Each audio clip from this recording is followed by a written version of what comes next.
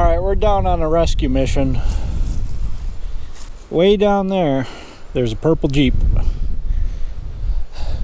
The Jeep belonged to a friend of ours, and one of them ran it into a tree and bent the frame, and now it won't run. So they said if we want to fix it, we can have it. So we're going to try to get it loaded up on this. Trouble is, we don't really want to back the truck any farther down than this because it's very wet. So we're going to try to get the Jeep to come up here somehow. I think so. I just found a few hundred feet of rope, thick 1-inch rope in that trailer. If we get the back of the trailer right at the edge of that line here, I think we might have enough rope to get all the way there. It's either that or we got a hot wires lawnmower. Alright. I can't find the keys to that. Well, let's try to get the thing aired up first. Alright, Tom found our friend's four-wheeler, so there we go. We'll be able to use this to tow it out. That'll be much easier.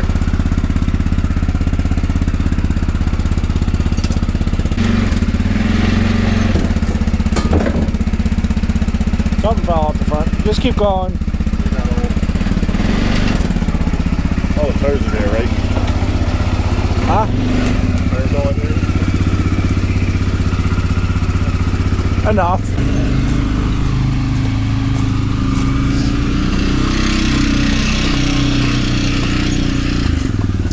You want to go grab a strap from the truck? Yeah, I'll go grab a strap. Well, take this. Much faster. Unless you want to walk. I was going to walk today. That doesn't make sense. Alright, so this is the damage. This, I think I hit a tree a long time ago, caused that dent. That didn't wreck anything. This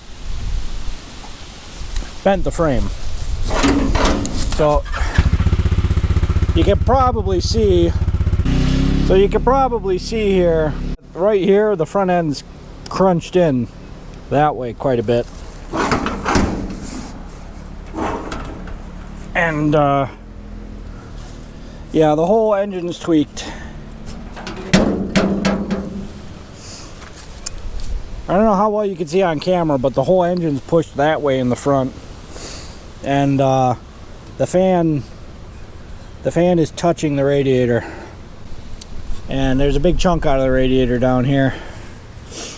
So this radiator's no good. They do have a spare radiator for this, but we could just, get one. It's a pretty standard radiator. So we got to get the tires aired up in this. They're probably all flat.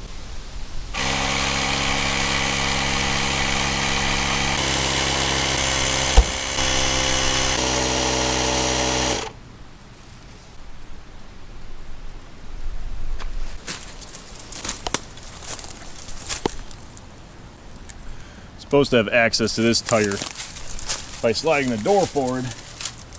I can't get there. And all of the valve stems are covered in mud, full of mud, and there's no dust cap on them. It's pretty much par for the course.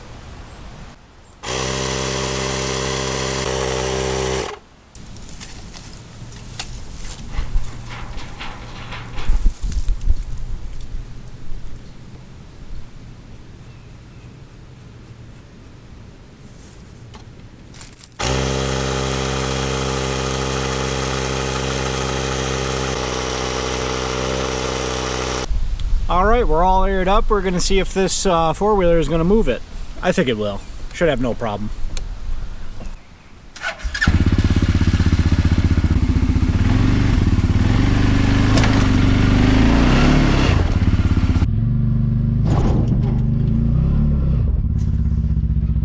When do you get my yankum rope? Give it a yank.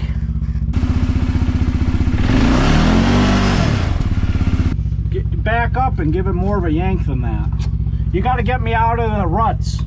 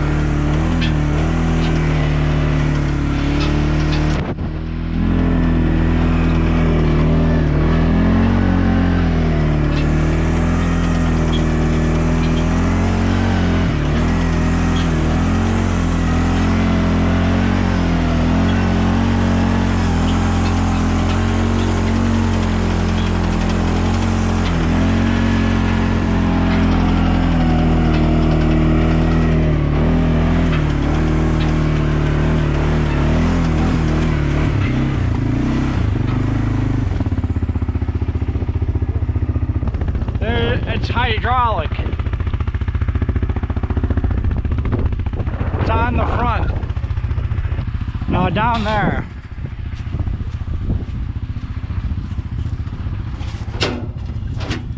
See that lever? This thing. Those buttons. You have to disengage a lock or anything? I don't know. He just did this and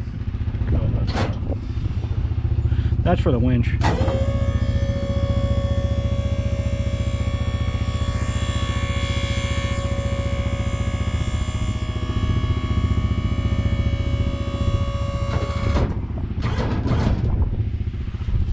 I think that's it.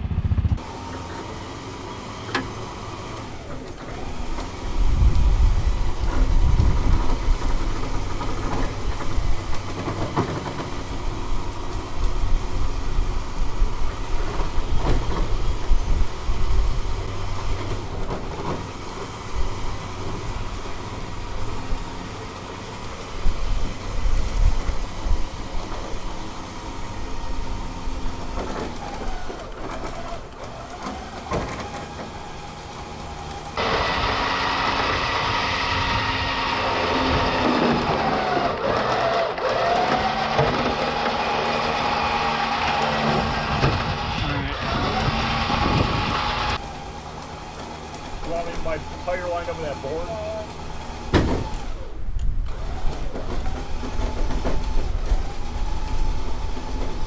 Yeah, if you follow that tire up, can you see it? Just go straight up that piece of wood.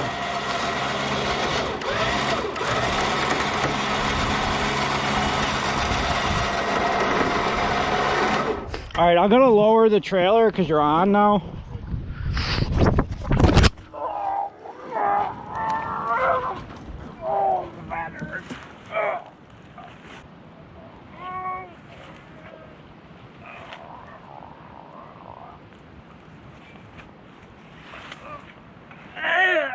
I can't breathe. Oh.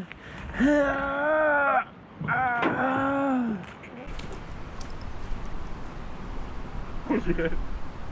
The ground. Oh, your arm? I might have broke a rib.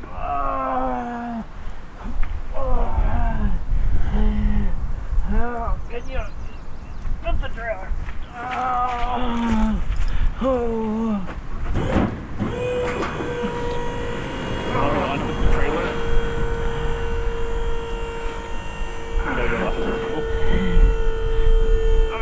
hope I didn't break a rib. I hope it just knocked the wind out of me. Oh.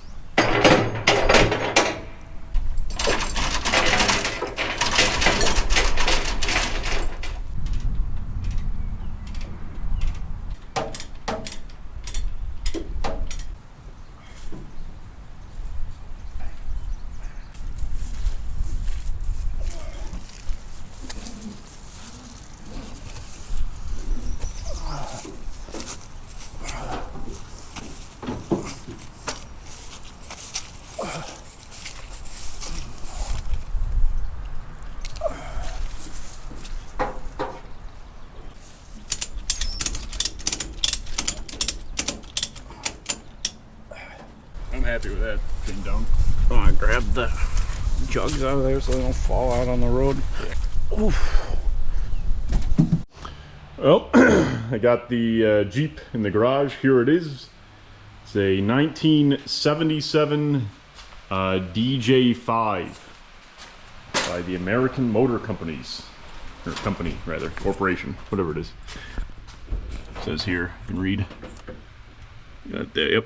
AM General, rather. AM General Corporation, light utility, model 1975 DJ5D. This one happened to be built November 30th, 1977. So I've yet another 77 truck, if that's what you want to call this. This one has seen better days. And it has also seen a tree at, I'm guessing, 20 or so miles an hour. So the plan here is to make it another, back into the woods vehicle that it was. This thing, it just ran through the woods a lot. You get a fuel cell in the back, but these slidey doors are nice because you can just leave them wide open while you're driving around, hop in and out quick. And in the back, you can just fill up with your lumber and take it over to the fire pit. So it's super handy for that. Free delivery at the Mohican Pizza Shop. I'm not sure where exactly this came out of. I believe either northern Pennsylvania, southern New York, somewhere. Anyway, it's great for hauling firewood or doing anything like that. It's only two-wheel drive. So it's not, it has to be on pretty well-maintained trails and stuff. But the plan for me is to straighten the frame, hook everything back up. I'll probably go back through the interior and kind of patch up some of the bad panels because the tub is pretty rotted. But yeah, I want to make the doors work again. I want to probably patch up the fenders to keep those in one piece. But like I said, the main thing is right now is to get the frame unbent. And I think I can do that pretty easily as long as I can get access to it. So I'm going to go ahead and pull off this whole front section. The fenders and core support should come out pretty easily. I mean, they're already rather loose. And then just yank the motor. Someone already did me the liberty of breaking the right engine mount, and the trans mount is broken off. This is why the engine's in there. This is not a slant 6 because it's on a slant. It's I believe this is like a 233 or something like that. Inline 6. I'd have to check that. I'm not sure on that. I'm pretty sure it's got a 3-speed auto behind it, and then some puny rear axle. But the thing is just so neat, and want to start getting some work done on it. So hopefully I can have it ready in 2 weeks. That's my plan. At least back on the frame, one piece, hopefully. So I'm gonna start pulling some stuff off and see what happens.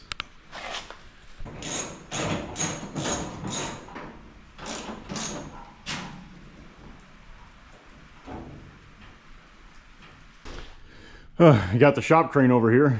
It only took me, I don't know, rearranging my entire garage and however much time that takes.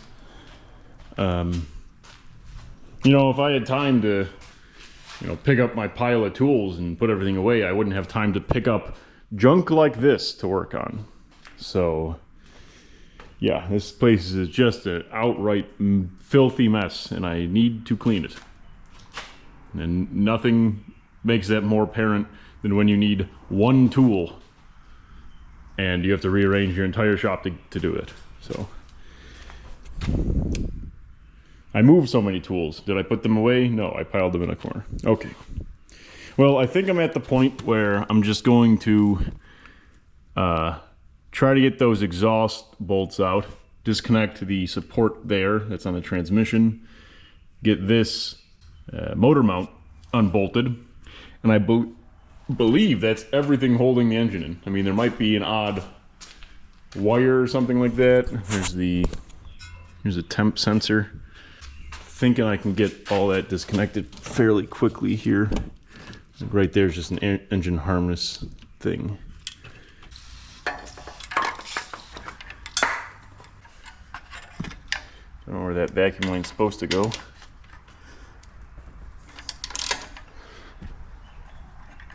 Yep, that doesn't feel good. Inside I'm gonna need a shallow well for.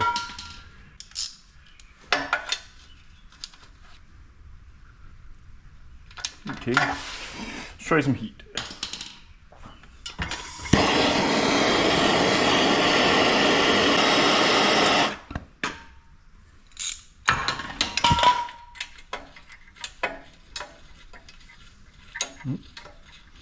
What's going on here?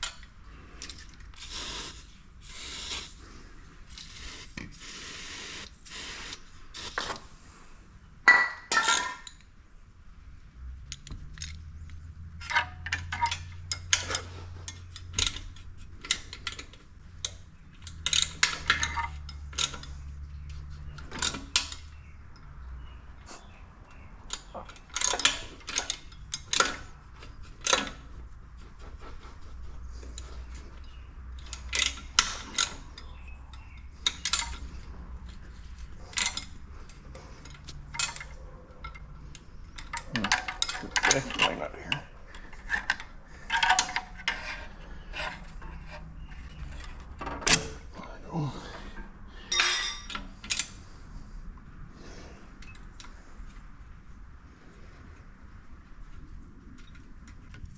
There's the shift linkage. Let's see if we can get that. That's just the cotter pin. Pulled up and out. Shift linkage is detached. Why is there a... oh. What the hell?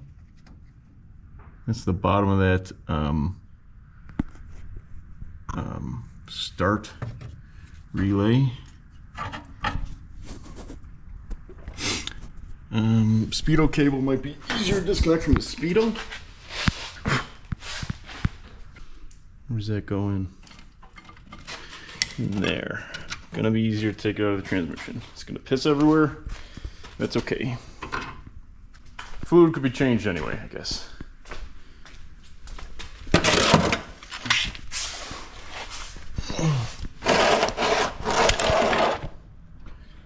There's a little, it looks like a 1/2-inch bolt on the top with a keeper, and hopefully that whole mess comes right out.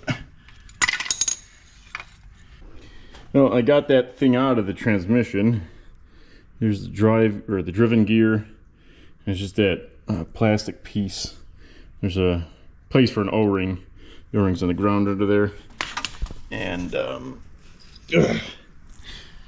this is the keeper that goes over that keeps it on. Probably thread this back on quick so I don't lose it. There's no fluid in there, which I don't know if I was expecting that or not. I think that's everything. I'm gonna try throwing a strap over it and get it up and out.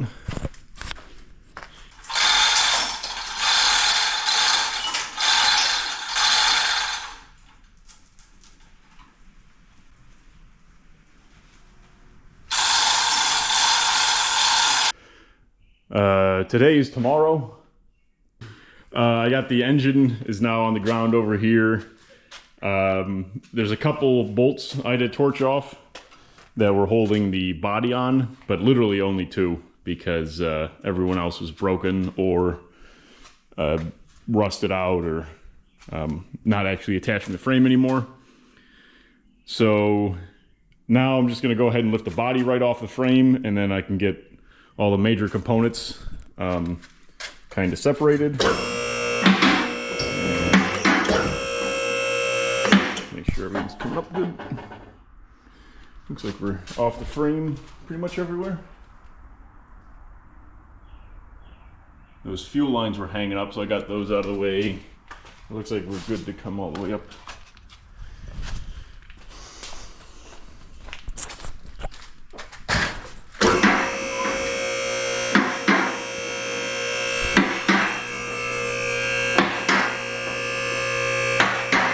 It's looking good.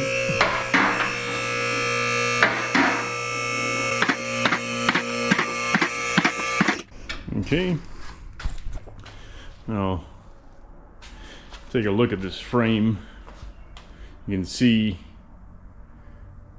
how twisted up that is. But I think I can just get a porta power between that. I don't actually, there's a slight amount of banana in this frame rail, but I think that will also come out once we get a chain across there.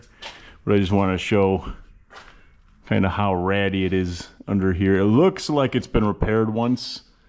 I'm not sure if there's a different, you know, you could get these manuals and automatics, so you can see there's some cutouts around places, but I'm not sure if a floor has already been laid in here once. I know there's quite a bit of Bondo, like right here. This thing has seen quite a bit of repair work prior to it being beaten up as a field car. So I'm just gonna try to reconnect everything a little bit. You can see where stuff's getting kind of pushed and pulled, and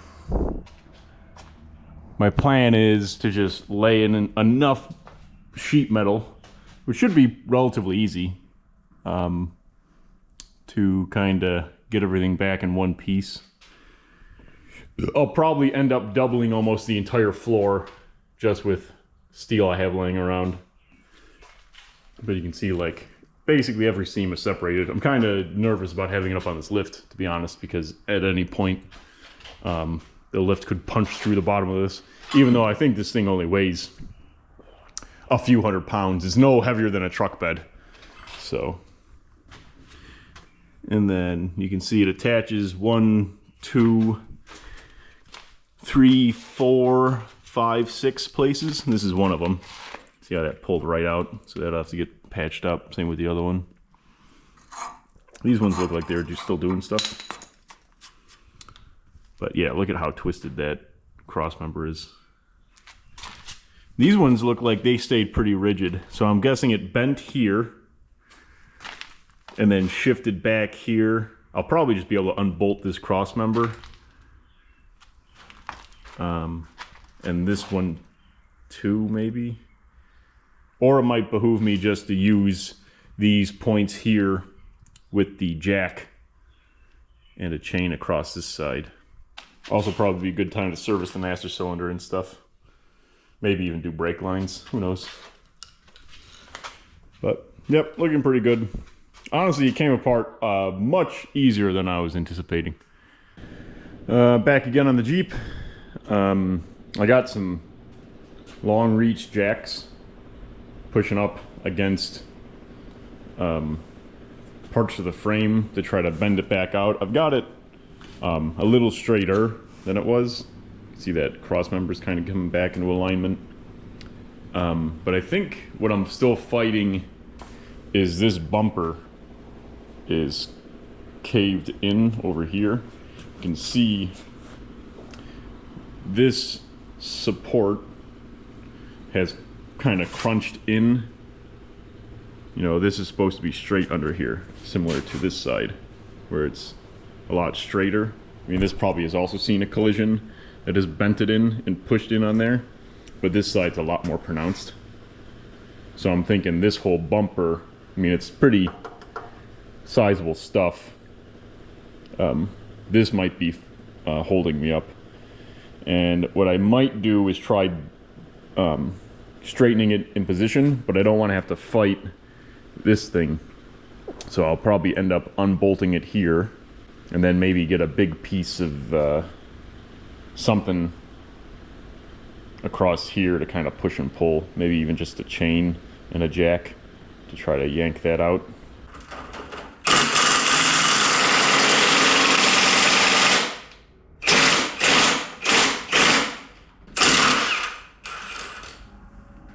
Yep. Twisted right off.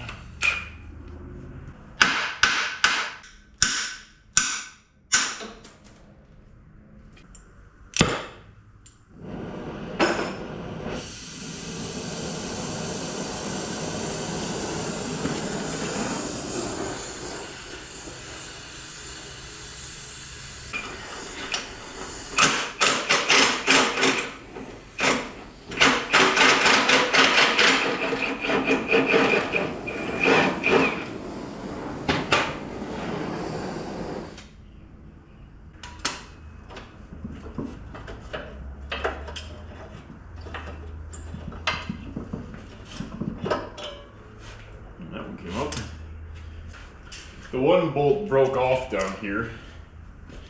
So there's 2 bolts going through there.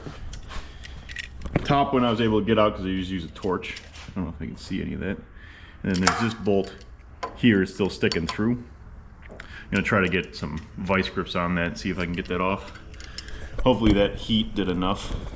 All right, on there with the vice grip, I got it turning. I can probably just get that rust to break up good.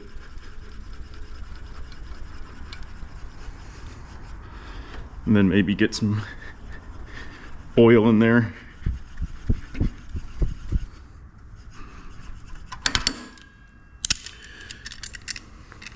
It's tight, so I didn't want to have to, you know,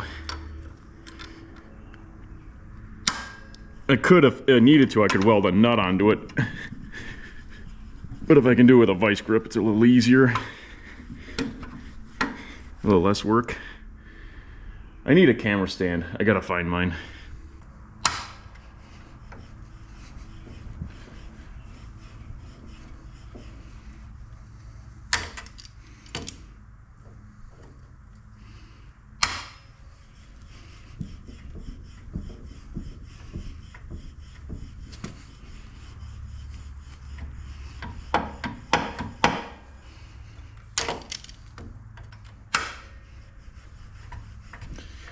What I might do, so before I was trying to use this jack to push this piece of the frame out, but I was really just pushing, this was staying solid and I was pushing that piece of the frame that way. So what I might do is get this back under tension again and just heat this. Once I get this bumper out of the way, I can heat this enough it might bend back into shape.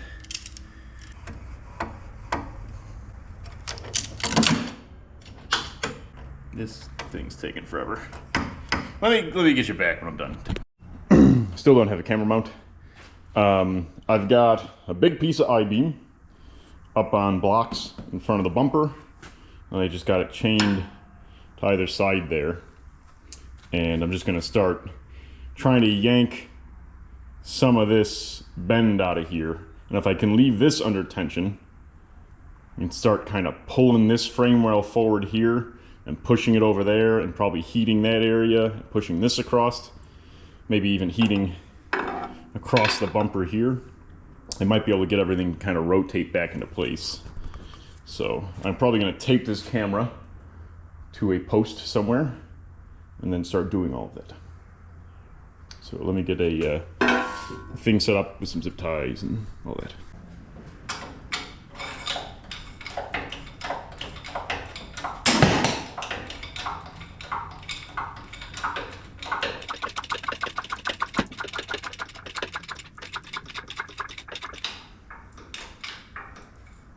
Starting to move. This ram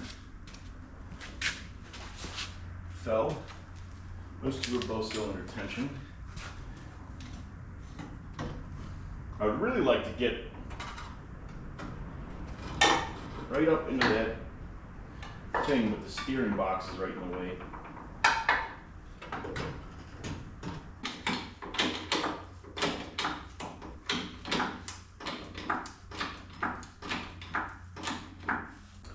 But if I get that under a little bit of tension,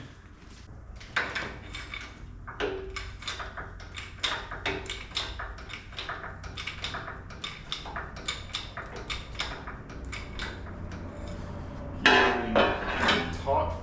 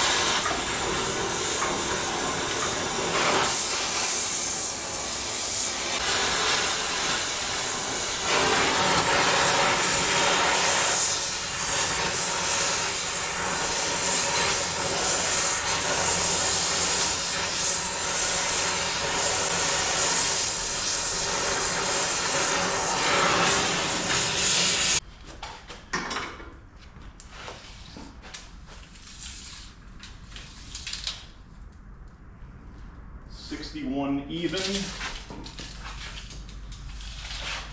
And 61 even. So I'm happy with that. Should grab a drywall square or something and try to run across it. Oh, we have an old woodworking square.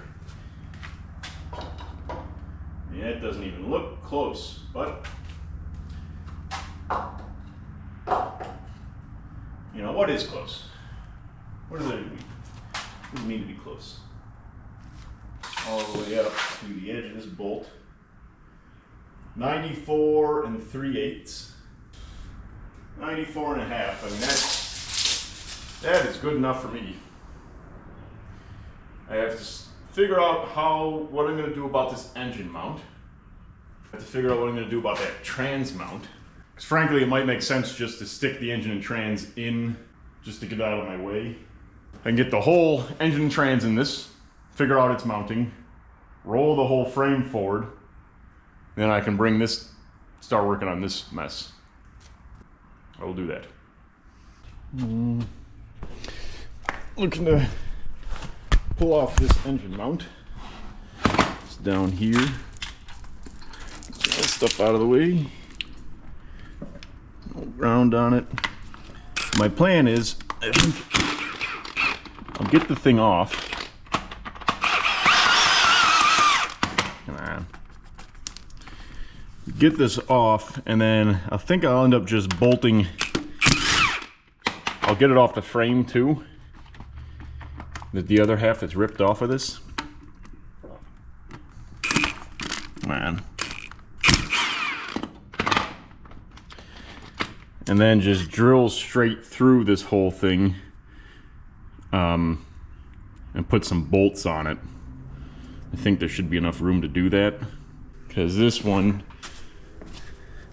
is set in there like that, kind of.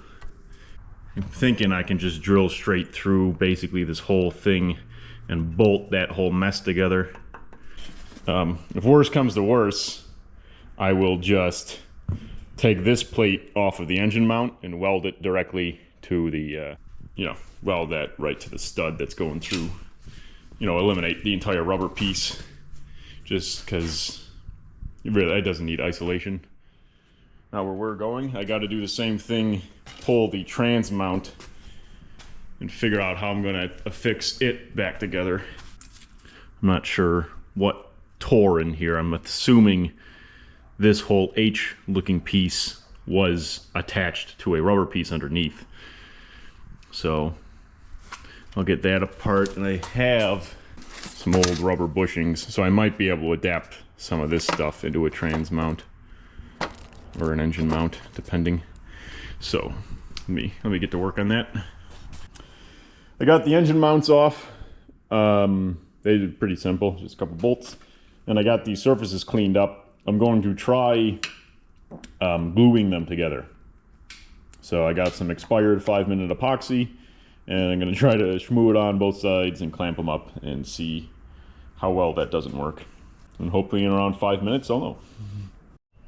Well, I got those motor mounts setting up, the epoxy setting up. I'm going to try to bend this bumper straight again, because it kind of interacts with the back of the body here. So I've got a jack on this side. I'll chain it here and a block over there just to keep the height the same. And I'm going to stick that big I-beam across the rear bumper just to try to push that down.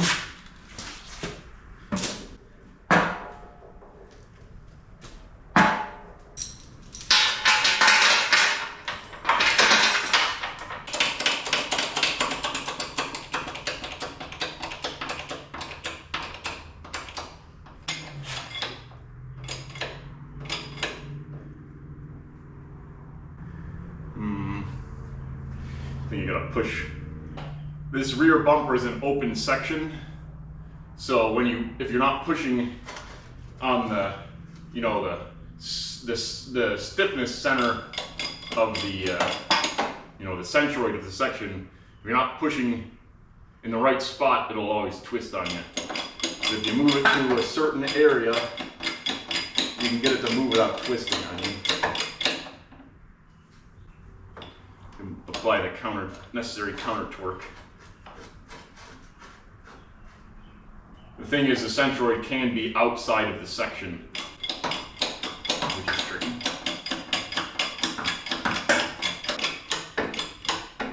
No.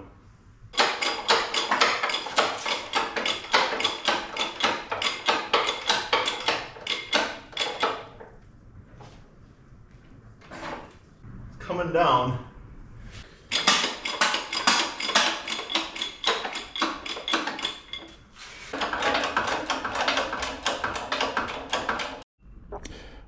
The motor mounts have cured up. It's been, I don't know, 20 minutes since I put them together, maybe longer. In that time, I got this rear bumper pulled out, and it's pretty straight if you sight down it. Reasonably straight up and down. A hell of a lot better than it was. I think the body will actually fit on now.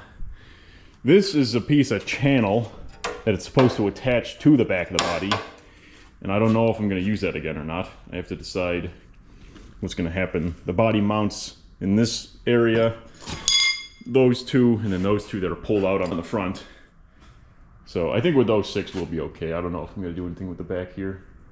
Okay, I'm going to get this drive shaft together. It looks like, I mean, the slip yoke pulled apart, but there's a seal, like a quad seal sort of thing up there.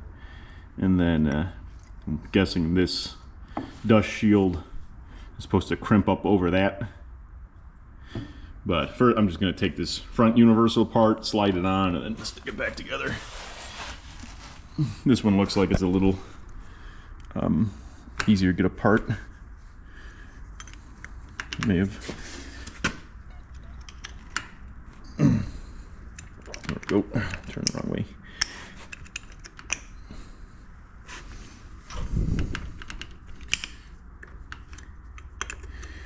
Let's go ahead and do that.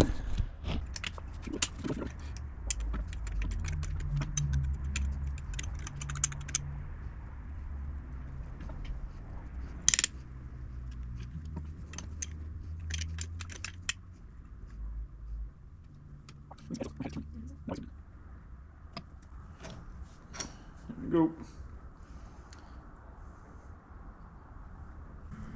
Stick this back in there.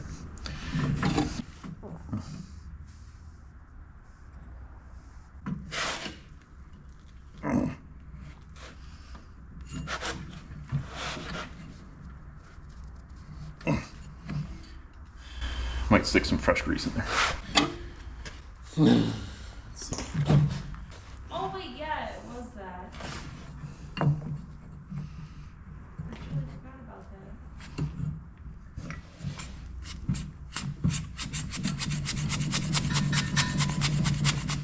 There we go. This jam back in there. Come on. Come on. Come on. There we go. Stick this quad seal up there. I think the drivetrain is all good then. Just gotta connect all the... Probably strip a lot of the vacuum stuff off of this, because a lot of it looks like it's been eaten by mice anyway. It's not like we're trying to pass emissions here, so...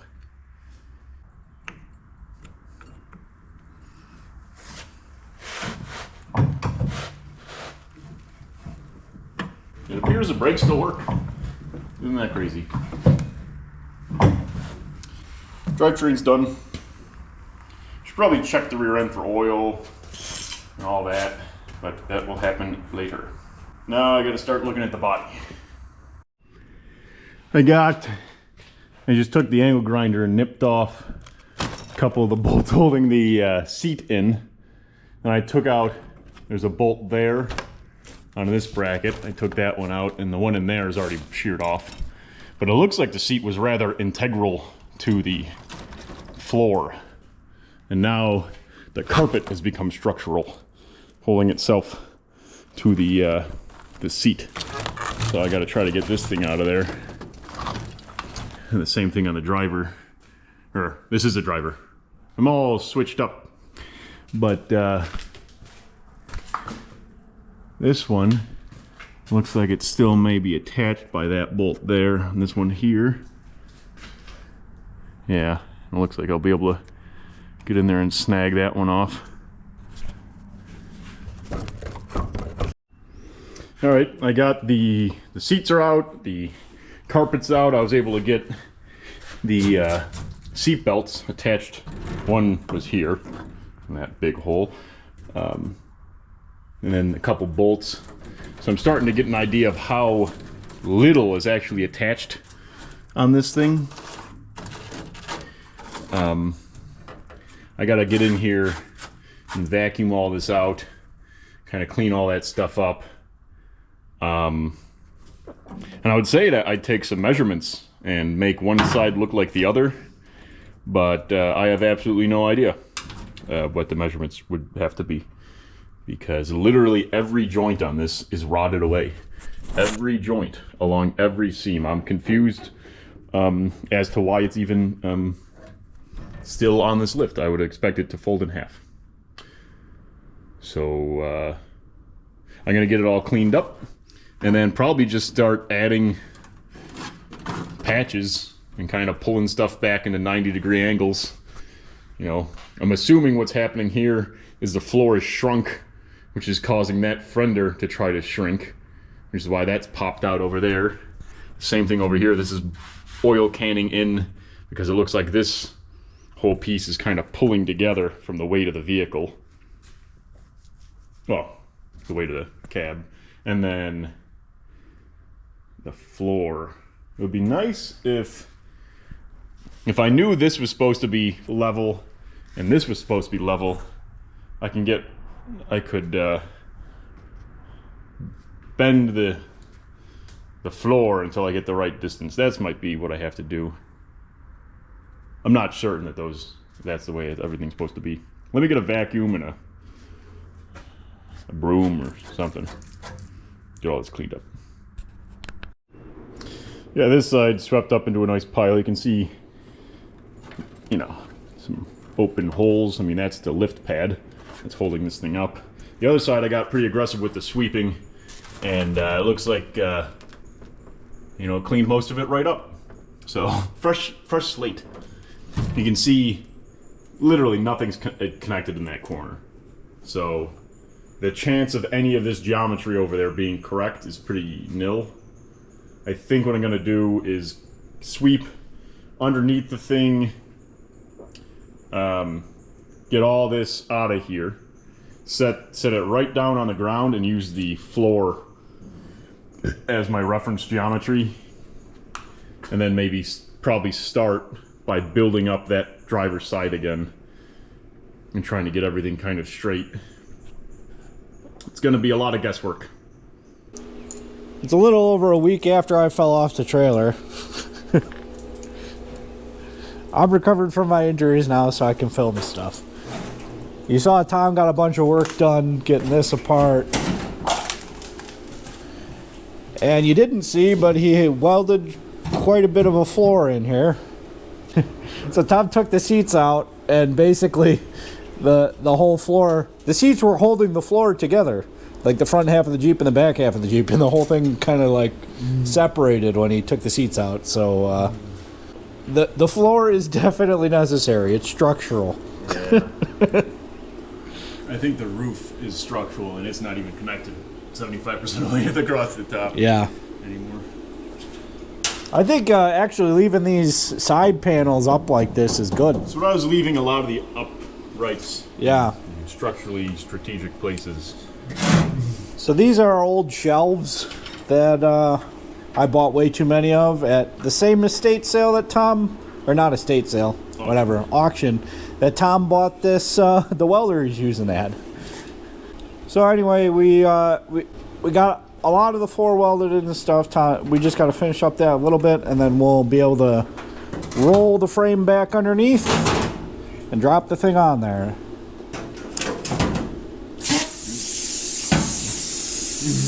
And plasma cut your arm off.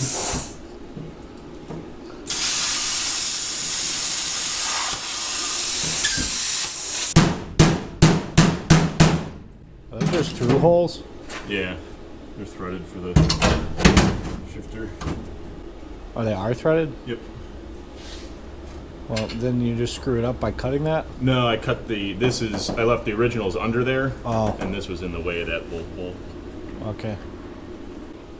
Alright, well, we'll be back in a little bit after we do some more welding and stuff.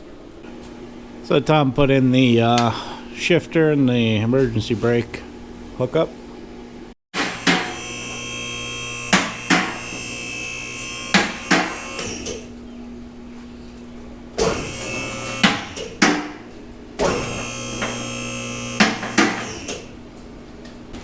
You see how little of the floor was left over here, and it rotted all the way across. And this is detached. I want to run some tech screws up through here Yeah, that's a good idea. and sandwich everything together.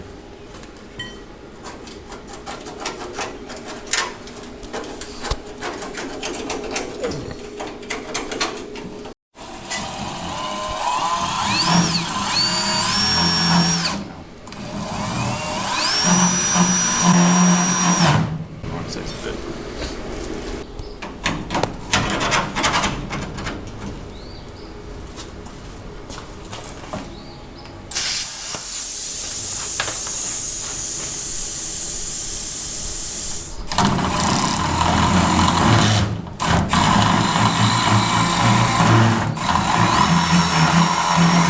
Come on! I need a bigger bit. This is the wrong size.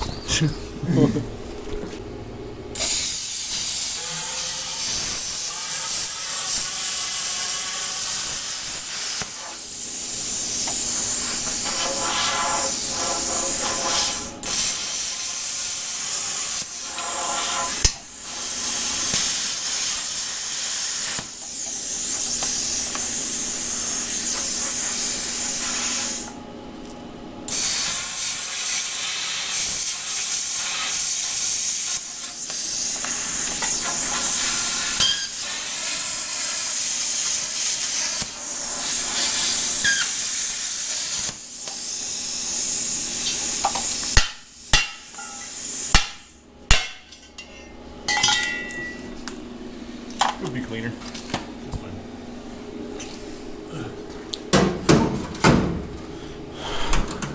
You're running that off 110, right? Yep. Yeah. It's only at 30 amps. Ooh, it's hot.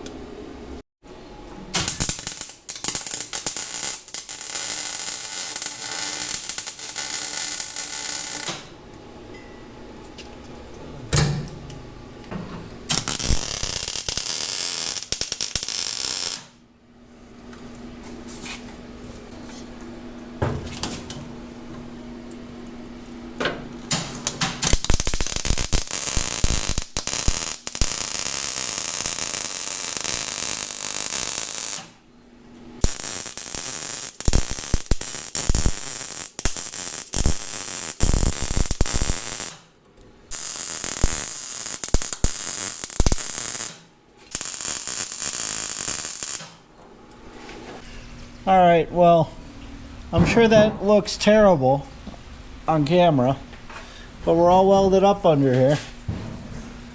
See, those look like some nice welds. But the rusty mess is still there. But I'm just gonna put a little bit of rusty metal primer over the welds just so they don't horrendously rust worse than they already are. And hopefully it'll last a little longer. Alright, there's a bracket here that holds the bumper. Same set of bolts that bolts this on holds the steering box on, so we really need them. I went through our bolt bin. Both of those bolts are shot, the ones that came out, so we need new ones. Went through the bolt bin, and none of these are the right length, but I got these threaded sections. And that's almost long enough to work. In fact, that would be long enough to work if I could get this over enough. But the easiest way to get it to go over enough is to draw it on with a nut. So what I'm going to do is cut these threads longer, then I'll screw in the studs, and then I'll draw them on with a nut.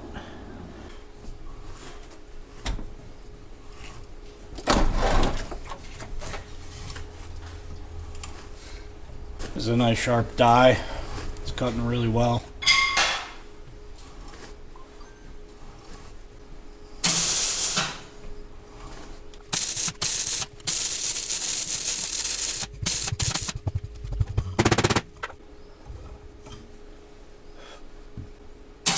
So I made about that much longer.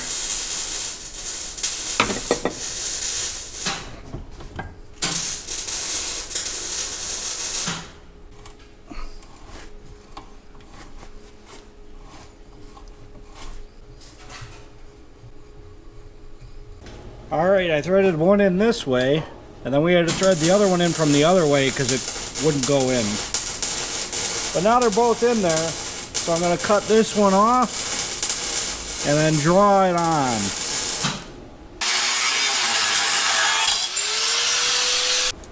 Alright, I got a nut on the end here, but it's screwing the whole stud in. So what I'm going to have to do is get this far enough in, I can put a nut on this side to lock it, put a lock nut, and then I can screw this side in the rest of the way. Luckily I made the thing plenty long enough to be able to do that.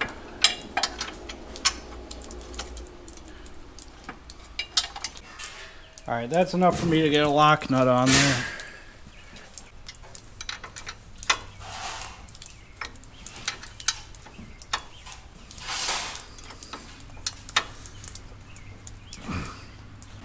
Alright, that's tight.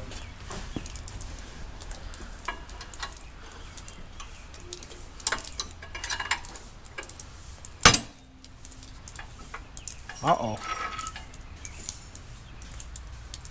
Tom, we need stronger bolts. Yeah, luckily I got access to the other side here. I should be able to get it out, no problem. I didn't expect that to break. Alright, so those ones didn't work. These ones are cat bolts that we had to cut the head off, but they're good bolts. So we're going to cut them shorter and weld a nut on. Gonna weld that head on this bolt.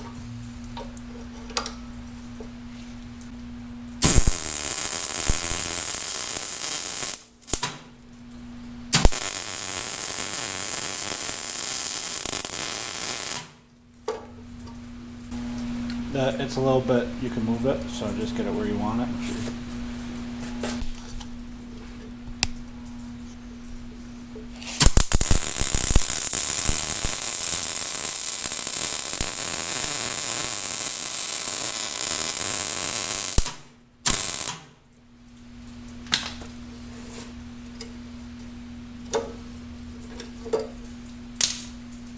I think a 17 would be the same.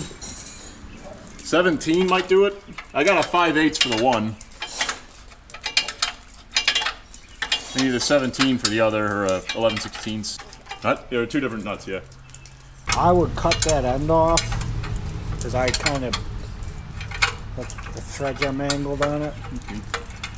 Either that, well, we could, yep, your head busted off. I see that.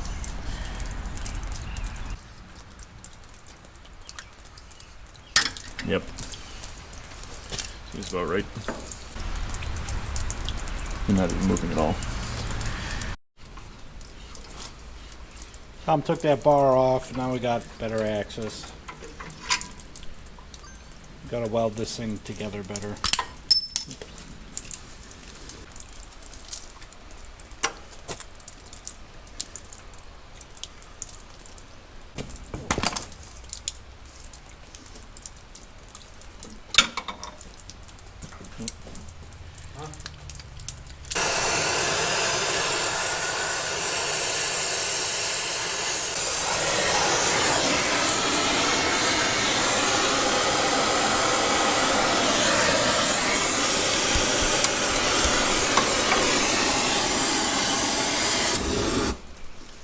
Freed up.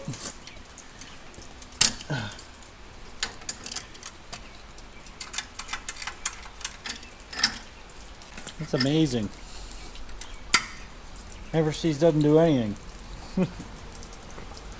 It's a very bad advertisement for Permatex.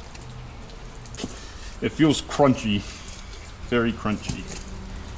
So I don't think it's going to come out. I think it's going to seize again. It's going to get stuck forever. And then we're just going to blow the whole hole out and put it in a 7/16 spool. So what do we even do it? Why don't we just do that now? Like that's as far as I can move without it getting tight to the point where it's not going to move again.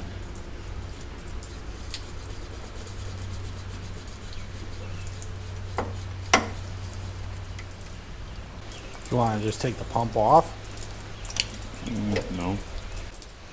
I want to blow the hole out and put in a 16 bolt. That's what I want to do. Well, I don't know if that's going to be easier. Just taking it off and getting the bolt out.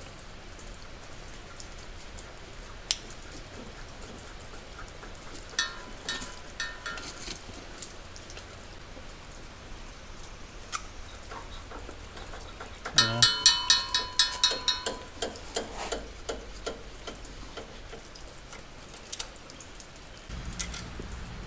Probably what happened is this cheese grade bolt stretched and then jammed itself in there. Yeah.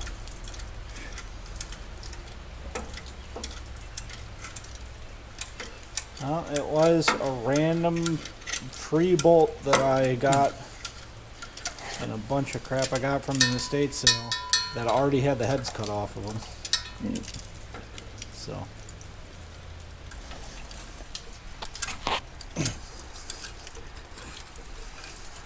It would have been faster going to the hardware store. I don't think it would have. We're pretty far from the hardware store.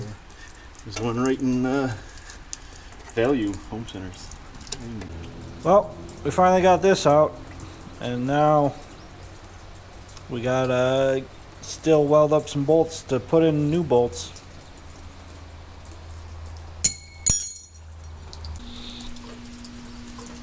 And Tom welded this thing up pretty a lot.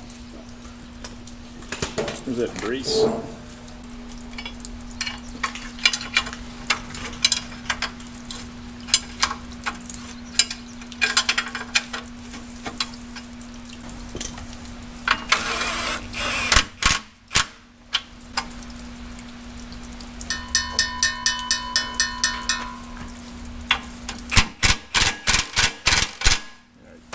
Tight enough.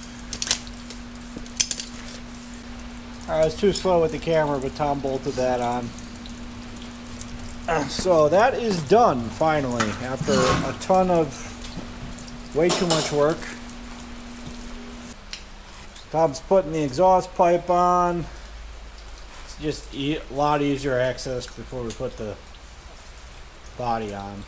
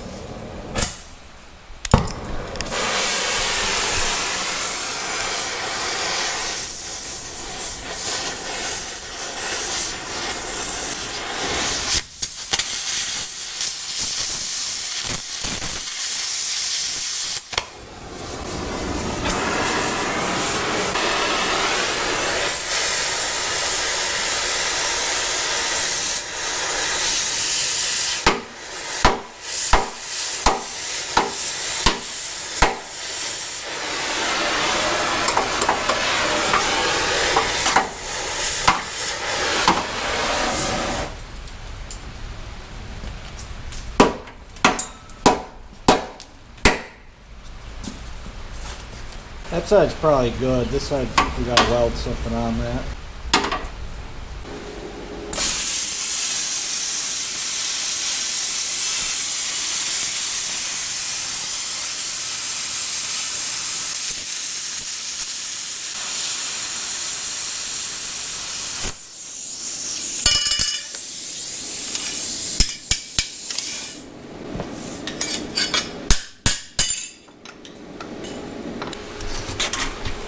I don't even know what that thing's for.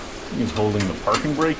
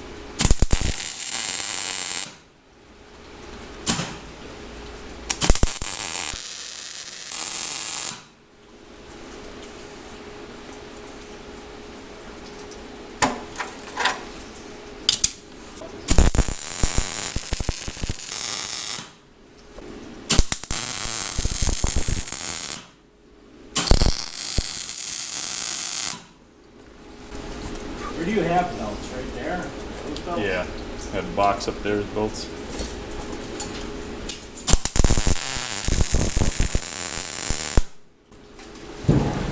Let's see if I can find one that will work.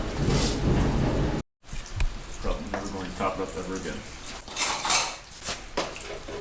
Yeah, how do you get to that? You gotta reach underneath the thing. Oh, you can get to it from there?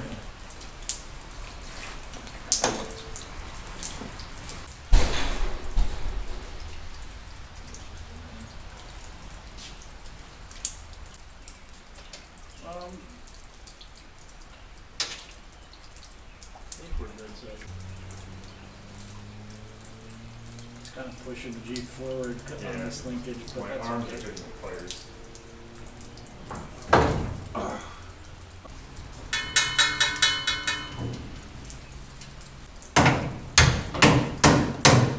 There, it's started on.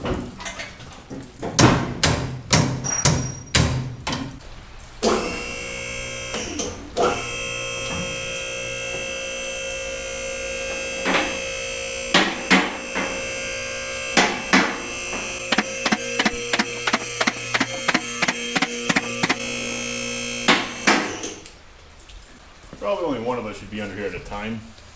So if one gets crushed, the other guy can do something. I'm just setting the camera up. You and the camera can get crushed.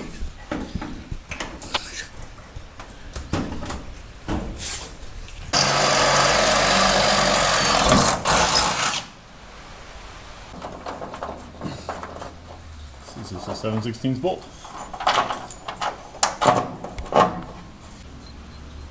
Goes in now.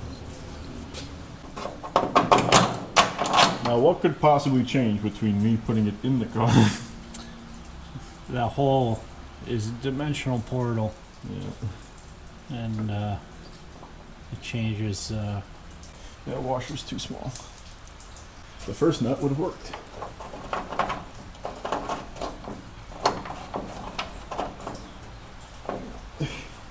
This one doesn't line up with anything. This one lines up good. This comes. If the front comes my way, does that help anything?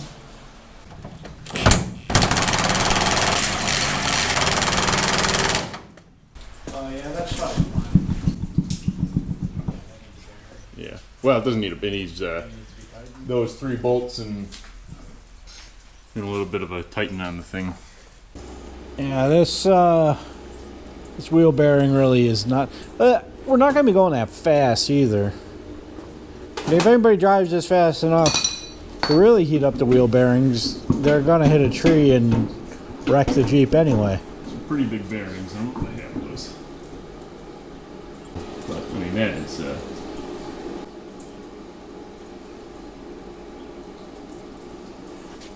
Look at the ultrasound. Come here. Piles of dirt. That's why I said I don't think the bearing's good. It's because it wasn't sealed, like, literally at all.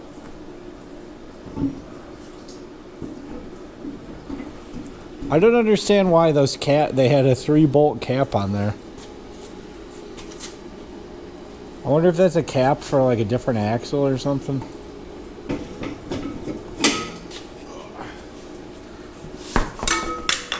The seal doesn't look terrible. The inner bearing is going to be as good as it is because we don't have seals. You lost a brake shoe. I see that. High temp RTV. It looked like part of it was missing. Look up what we can bond that on with. I mean, they're glued on from the factory, so there's a chance we can glue it on now. JB Weld. Yeah, the issue with JB Weld is it takes 24 hours to set. So Tom's got the body all bolted down. Finally. Turns out we need some brakes and wheel bearings, so we got those on order, and I gotta go pick them up. Yeah, we should get it started. See if we need any other parts. All right, I just got these stripped here. Tom said that this blue wire, he had to cut it. Somebody up here, somebody soldered and spliced the wire together here, but there's no way to get the cab or engine out. So I'm gonna put bullet connectors back on it. Actually, this is a blade connector.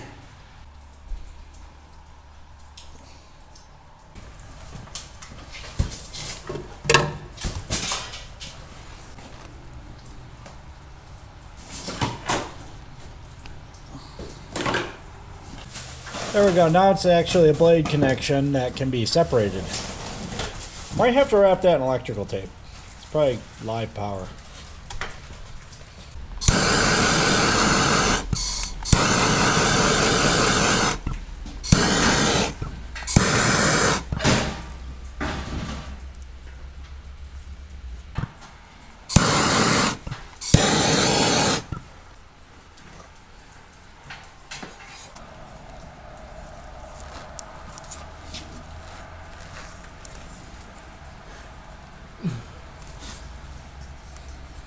Well, there's a blade connector under here. Okay. You just gotta take the tape off.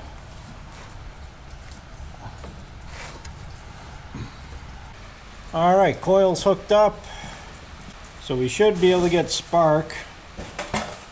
Fuel's another question. So this is the wire that comes off the starter, goes to the contactor. That's part of the contactor. And this is part of it. Yeah. And that's part of it. Yeah, and then there's, that's pieces of it, that's a piece of it. It's probably enough there to glue back together, actually. So, we're going to try to use this thing. Well, it's just a push button. It probably will work and might blow up. We'll find out.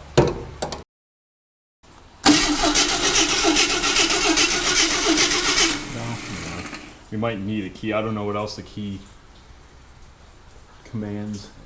Did you tell Rodney we don't have it? That's not. Well, we don't have one then. Unless he just noticed that we left it there and happened to bring it. I'm saying any key would be the... You might have to have that other side of that hooked up. Well, we can just hot wire it for now then. We use the black wire as another positive lead.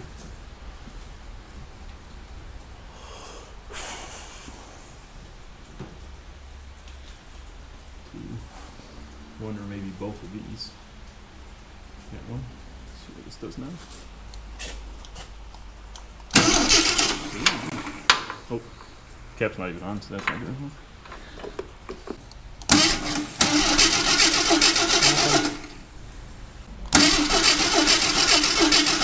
Nothing. So blue wire, you need hot on blue. Honestly, maybe just take off that blade connector and just put power right to it. Well, I can just put power right there. Well, yeah, but you need that other wire hooked up. That other wire that's coming off of the same spot. Also, I don't know if any of those wires are broken because they're, Yeah. they're really floppy. Just, Should pull right out. well, I just want to get the nails.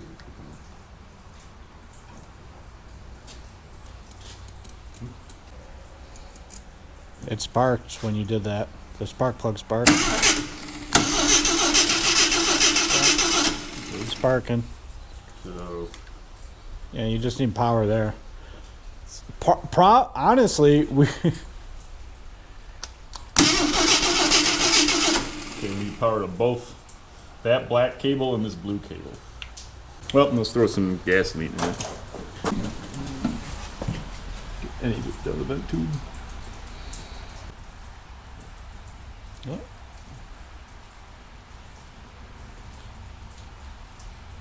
It's probably in gear.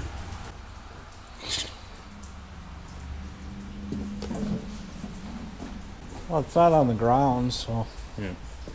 just be ready to step to the side. Let it drive out there. This,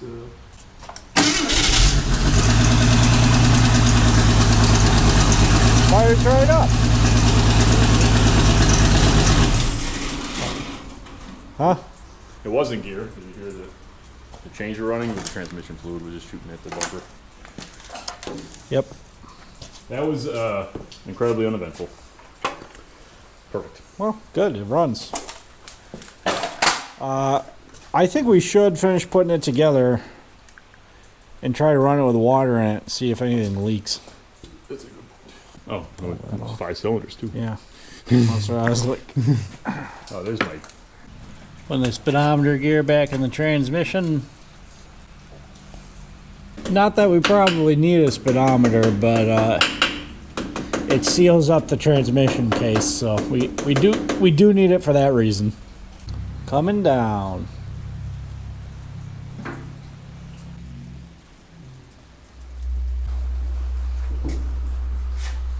You need the accelerator. Is that park? It was in park. Back to park. Park. Yep. Want to lift it up and start it and see if it. Well, how do you want to find? I don't want to find out. I don't want to forget about it and try to start it on the ground and have it drive. In reverse. Yeah, or any direction. You just need to hook up blue. Oh. You only need to hook up the coil. That's it. Hook that up, it runs.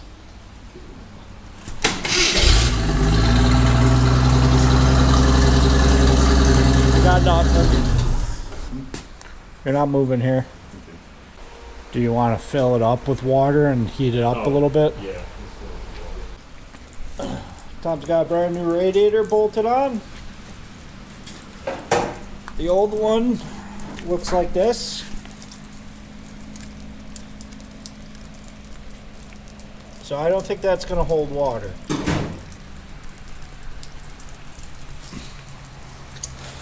So we got a new one. Alright, we got the front end on. Radiator's in, hooked up. We got to do some more with the wiring, but right now we can run it. Just put power to the coil and it runs, so we're going to fill it up with water and run it a while and see if we get any leaks anywhere, so we know if we need more parts. CNC machine camp. Sure. Is it really? 120 bucks. I told you, I have no idea how they could possibly make it for I that. wouldn't sell that cap for. This is just water, right? Yeah. There's a little bit of coolant in it, but just what was in the bottom. Yeah, if I spill it, it's not that big of a Nope. deal. Water pump? Yeah, water pump. We need a water pump. Alright, so it looks like we need a water pump, and we already know we need a set of wheel bearings and brake shoes. So I'm going to wrap this video up here. I'll go on a parts run, and then for the next video, we'll install those parts, finish putting the Jeep back together, and get it out on the trails. So I hope you enjoyed this video. Thanks for watching. See you next time.